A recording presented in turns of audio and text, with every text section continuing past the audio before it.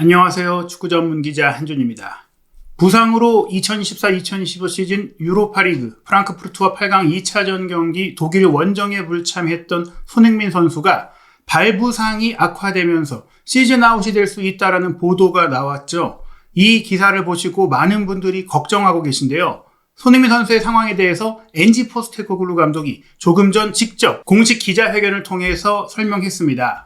요즘 갈수록 자극적인 기사가 양산되고 있는 국내 포털 사이트 한 매체만이 쓴 이 시즌 아웃 유력 또한 향후의 커리어까지도 지장이 생길 수 있다는 의료 전문가의 폭로는 대체 어디서 나온 이야기인지 포스테코글루 감독이 지금 막 설명한 최신 상황과 더불어서 그 진실을 설명해 드리도록 하겠습니다. 먼저 국내 매체가 인용 보도한 의료 전문가의 기사는 토트넘 호스퍼 뉴스, 최근 생긴 지 얼마 안 됐고 토트넘 전문 매체, 토트넘 팬들을 중심으로 운영하고 있는 매체들 중에서도 가장 자극적인 기사를 쓰고 또 가장 손흥민 선수를 폄하하고 까내리는 조금 억까하는 기사를 가장 많이 쓰고 그런 평점도 주던 매체거든요. 처음부터 그랬던 건 아닌데 최근 들어 특히 토트넘의 부진이 심화될수록 손흥민 선수에게 부정적인 기사를 쓰던 매체입니다. 이 기사가 소개한 것은 손흥민 선수의 노팅엄 포레스트전 출전 여부가 불투명하다고 하면서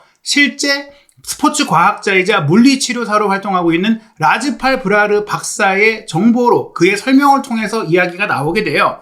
저희도 예전에 토트넘 선수들 또 손흥민 선수의 햄스트링 부상 문제 그런 것들에 대해 알아보는 과정에서 라즈팔 브라르 박사가 토트넘 호스퍼 뉴스에 썼던 기사 내용을 참고하기도 했고 살펴보기도 했었는데 중요한 건 이 라즈팔 브라르 박사는 토트넘과 관련돼서 일을 하는 사람이 아닙니다. 축구 관련된 전문직도 갖고 있는 사람이지만 기본적으로 미국에 거주하고 있고 손흥민 선수의 상태를 스크리닝하거나 손흥민 선수의 몸 상태를 체크할 수 있는 위치에 있지 않기 때문에 그야말로 뇌피셜, 상상, 우리와 같은 정도의 수준의 정보밖에 없는 채로 이 설명을 한 것이기 때문에 전혀 사실에 근접하지 않은 추측성 기사라는 것이죠. 물론 이 추측이 전문가인 만큼 그냥 아무런 근거가 없다라고는 할 수 없어요. 왜냐하면 이 추측이 나왔던 시점에 손흥민 선수의 노팅엄 포레스트전 출전 여부가 알려지지 않았었거든요. 결과적으로 지금 노팅엄과의 경기 손흥민 선수가 뛸 수 없다라는 발표가 나왔기 때문에 이 추측 전망 자체가 잘못된 건 아닙니다. 어떻게 얘기를 했냐면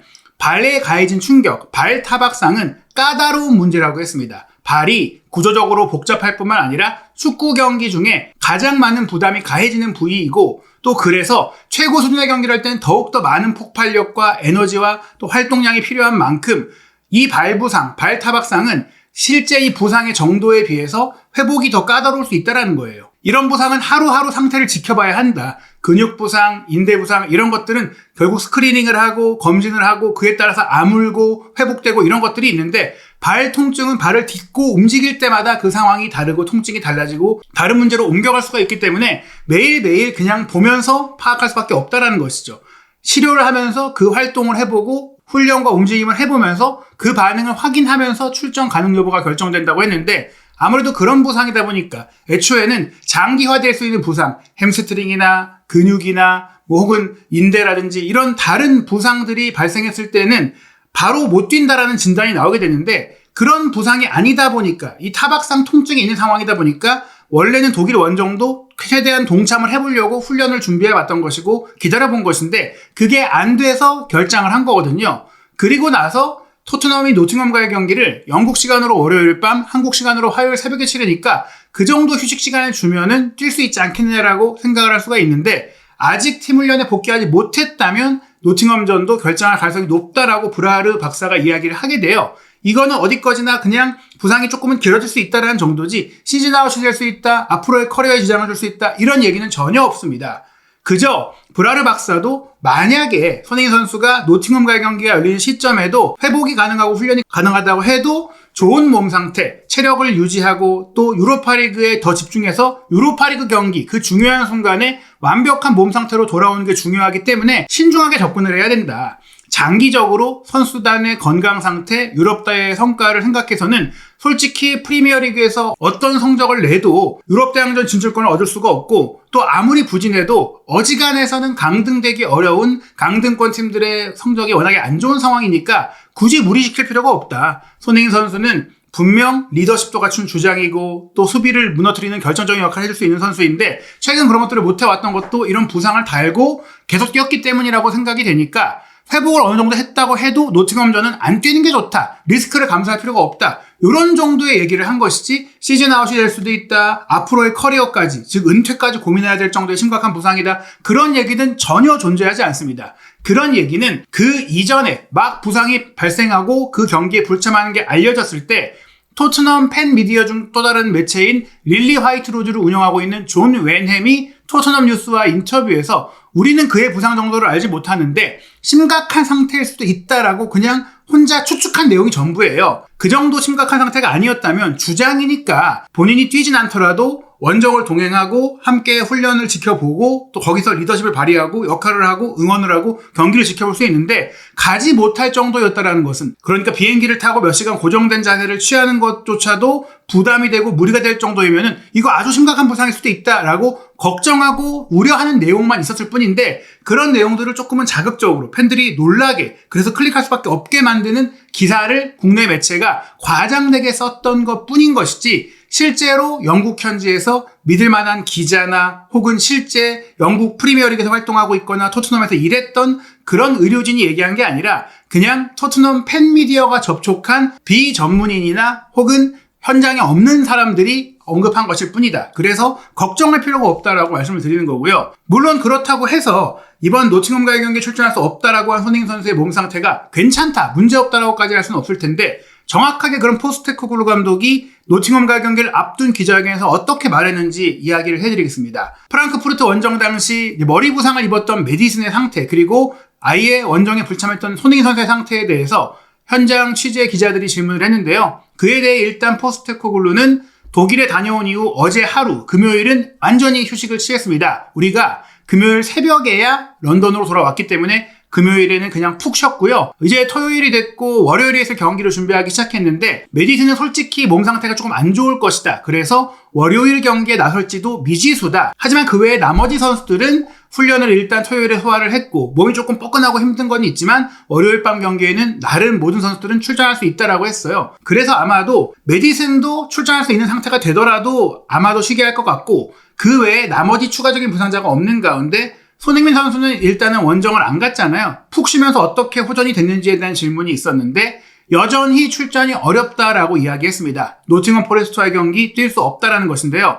왜냐하면 이 발타박상이 프랑크푸르트와 8강 1차전에서도 있었고 또 프리미어리그 경기 중에서도 고통스럽게 쓰러진 장면들이 있었는데 이 부상이 생기기 그 이전부터도 사실은 꽤 오랫동안 발부상의 문제가 있었고 그래서 이렇게 쭉 쉬어야 된다. 원래는 조금 쉬었으면은 회복이 됐을 텐데 조금 나아지면은 참고 뛰고 나아지면 참고 뛰고 하다 보니까 제대로 회복이 안 되다가 또 한 번의 타박상으로 인해 그 부상이 악화됐다라는 거예요. 그래서 지금 사실 이제 리그 일정이 그렇게 중요한 결과가 필요하지 않으니까 최근에 뭐 강등권 팀들이 또 함께 승점을 이루면서 토트넘이 정말 강등될 수도 있는 위기를 처했기 때문에 손흥민 선수가 계속 뛰어야만 했는데 그래서 뛰다가도 후반전이 되면 교체되거나 교체로 나오거나 뭐 이런 상황들을 좀 병용했는데 이런 것들이 우리가 이 상황을 몰랐을 때는 손흥민 선수의 리듬을 좀 안 살려주는 거 아니냐 왜 빼냐 이런 생각을 했었는데 지금 보니까 이렇게 뛰는 것도 사실은 좀 무리였던 거구나. 그래서 이제야 회복할 수 있는 가장 적절한 시기이고 유로파리그 4강전 경기에는 출전할 수 있도록 하기 위해서 쉬게 하고 있고 또 지금은 쉬게 하는 게 아니라 어찌 보면은 회복을 위해 정말 휴식이 필요하고 발을 안 써야지 발에 자극이 오지 않아야지 회복이 되니까 현지 시간 월요일 노팅엄과의 경기는 확실하게 결장을 한다라고 이야기를 했습니다. 그렇다면 손흥민 선수가 언제쯤 회복할 수 있을지에 대한 질문도 있었는데요. 정확히 언제쯤이라고 말하기는 어렵다라고 했어요. 앞서 이 브라르 박사가 얘기한 것과 마찬가지로 어떻게 회복이 되는지 매일매일 체크가 필요한 부위이기도 하지만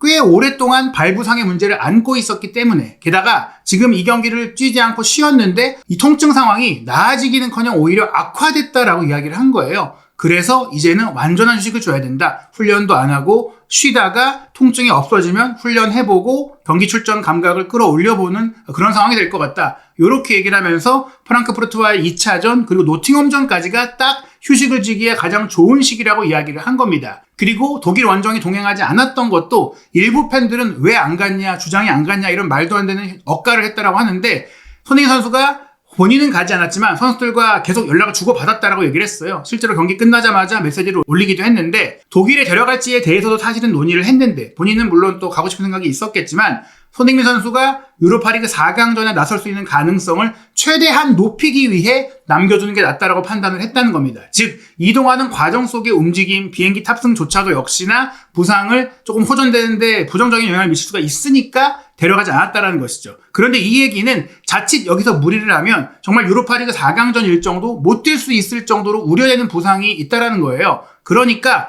이 시즌아웃이라는 걱정이 아예 없는 걱정일 수는 없습니다. 왜냐 여기서 다시 관리 못해갖고 또 다치면 그때는 정말 시즌아웃이 될 수가 있는 것이기 때문입니다. 그래도 이 그룹 채팅을 통해서 계속 소통을 했고 또 토요일에 훈련이 실시됐을 때도 손흥민 선수가 그냥 집에서 쉬는 게 아니라 재활을 하러 훈련장에 와서 또 걷고 이야기하고 이런 일상생활은 문제가 없는 상태라고 알렸거든요. 포스트코그로 감독이 오늘 아침 복도에서 손흥민 선수를 봤을 때도 아주 기뻐하고 있었다고 얘기를 했는데 만약 시즌아웃 가능성, 4강 출전 가능성이 없는 그런 심각한 상황이었다면 기뻐하고 즐거워하고 이렇게 있을 수가 없다. 손흥민 선수가 지금 이 정도 상황이라면 충분히 유로파리그 4강전에는 맞춰서 뛸 수 있을 상황이다. 이렇게 보시면 될 것 같습니다. 그렇다면 손흥민 선수가 언제쯤 뛸 수 있을까? 4월 22일 화요일 새벽 4시 한국 시간으로 열리는 노팅엄전은 확실하게 결정을 하고 빠르면 4월 28일 월요일 새벽 0시 30분 리버풀과 안필드 원정 경기에 만약 회복이 됐다면 교체 출전으로 감각을 회복할 것 같고요. 그리고 5월 2일 금요일 새벽 4시 가장 중요한 보데글림트와 유로파리그 준결승 1차전 홈경기에 선발로 출전할 거라고 생각이 됩니다. 만약 리버풀과의 경기 시점에도 조금 우려가 있다면 아예 이 원정도 동행하지 않고 보데글림트전을 목표로 이 경기 선발 출전을 여전히 목표로 준비를 하겠지만 저는 지금 상태라면 그래도 예열 과정도 필요하고 또 그렇게 심각하지 않은 타박상 수준이라고 생각을 하기 때문에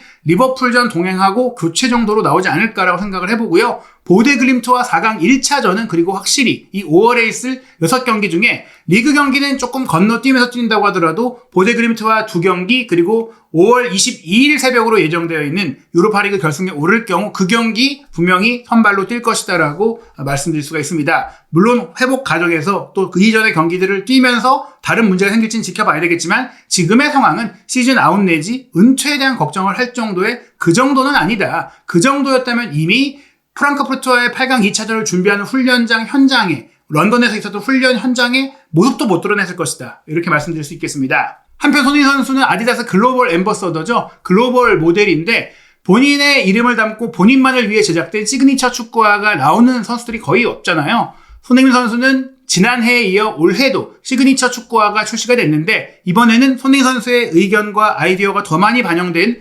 태극기를 모티브로 만든 태극7이 출시가 됐습니다. 이 디자인이 공개가 됐고 지금 4월 19일 토요일부터 5월 5일 월요일까지 아디다스 브랜드 플래그십 서울에서 전시 행사 팝업 스토어가 진행이 되고 있는데 실제 판매는 4월 21일부터 여러분들도 직접 구매를 하실 수 있고 이 현장에는 손흥민 선수가 손 코퍼레이션이라는 회사의 CEO로서 요 사무실을 운영하고 있는 느낌의 팝업 스토어가 생겼고 손흥민 선수의 개인 소장품과 또 다양한 손흥민 선수의 축구화, 과거 유니폼 그 외에 애장품들을 보실 수가 있는 행사가 열리고 있으니까 여기도 방문해 보시면은 또 좋은 경험이 되실 것 같습니다. 한준TV는 손흥민 선수의 출전 여부와 관계없이 토트넘의 모든 경기 여러분과 실시간으로 소통하는 입중계로 전해드릴 예정이고 또 시시각각 나오는 최신 소식들, 최신 상황들도 빠르게 분석 영상으로 전해드리겠습니다.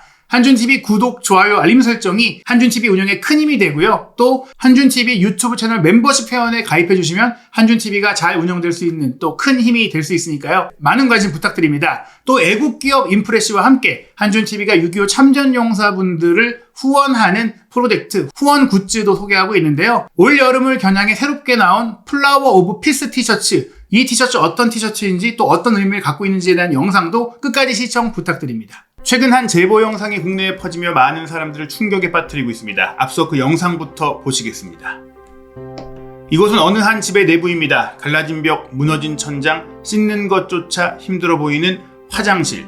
여기는 누가 봐도 사람이 살 수 없는 환경, 그야말로 참혹한 환경으로 보여지는데요. 그런데 너무 충격적인 건 이곳에 살고 있는 주인공이 바로 한국을 위해 총을 들고 싸웠던 6.25 참전용사라는 사실이었습니다. 그런데 이분만이 아니었는데요. 위태롭게 나무와 청테이프로 고정된 문, 군데군데 구멍이 뚫린 벽과 천장, 시멘트 벽 옆에 생활 공간, 이곳 또한 참전용사가 정전 이후 긴 세월을 고단한 가난과 함께 견뎌내고 있었습니다. 어느새 90대 고령의 나이가 되었지만 수십 년 동안 생활이 나아지지 않았던 것이죠. 그런데 이 모든 사실들이 얼마 전 인프레시라는 한국 기업으로부터 세상 밖으로 알려지기 시작했습니다. 인프레시, 육군 장교 출신 대표가 이끄는 이 소기업은 그동안 조명받지 못했던 참전용사분들을 찾아가 그들의 삶과 현실을 직접 다큐멘터리로 제작해 우리 세대에게 진실을 전하고 있습니다. 피부암을 앓고 있으면서도 씻을 곳이 없어 고통받았던 참전용사, 낡고 고장난 전자제품과 위험한 주거 환경 속에서 일상조차 힘들었던 참전용사, 하루 한 끼조차 버거운 삶을 사는 참전용사. 그들의 현실은 너무도 참혹했고 인프레시는 이를 세상에 알리며 곧장 주거 환경 개선, 전자제품 및 전기세 지원, 식사 지원 등 실질적인 도움을 시작했는데요. 그리고 그 지원이 국경을 넘어 에티오피아, 필리핀, 콜롬비아, 태국 등 6.25 전쟁 당시 한국을 도와준 나라의 참전용사들에게도 이어지고 있습니다. 인프레시 대표는 말합니다. 지금의 대한민국이 있기까지 목숨 걸고 전장에 나섰던 영웅들이 있었습니다. 이 지원은 우리가 평생 갚아야 할 빚입니다. 그리고 그 빚을 향한 감사의 인사도 이어지고 있습니다.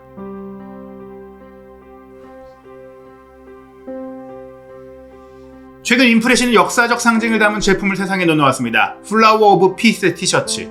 이 티셔츠는 6.25 전쟁 당시 한국을 도운 참전국의 상징적인 꽃이 담겨 있으며 모든 국가명을 새겨넣어 감사의 메시지를 전하고 있습니다. 또한 판매 수익금의 일부는 6.25 참전용사분들께 직접 후원되며 놀랍게도 구매자 한 사람 한 사람의 이름으로 전달되고 있습니다. 조원서, 박성효, 정인지, 노지연, 평범한 대한민국 국민들이 티셔츠를 통해 이 위대한 여정에 함께하고 있습니다. 저 역시 한 사람의 한국인으로서 이 아름다운 움직임에 동참했습니다. 여러분의 따뜻한 관심과 참여를 부탁드립니다. 플라워 오브 피스 티셔츠의 구매처는 고정 댓글에 남겨두겠습니다. 이 땅을 지켜주신 모든 위대한 영웅들께 진심으로 감사합니다.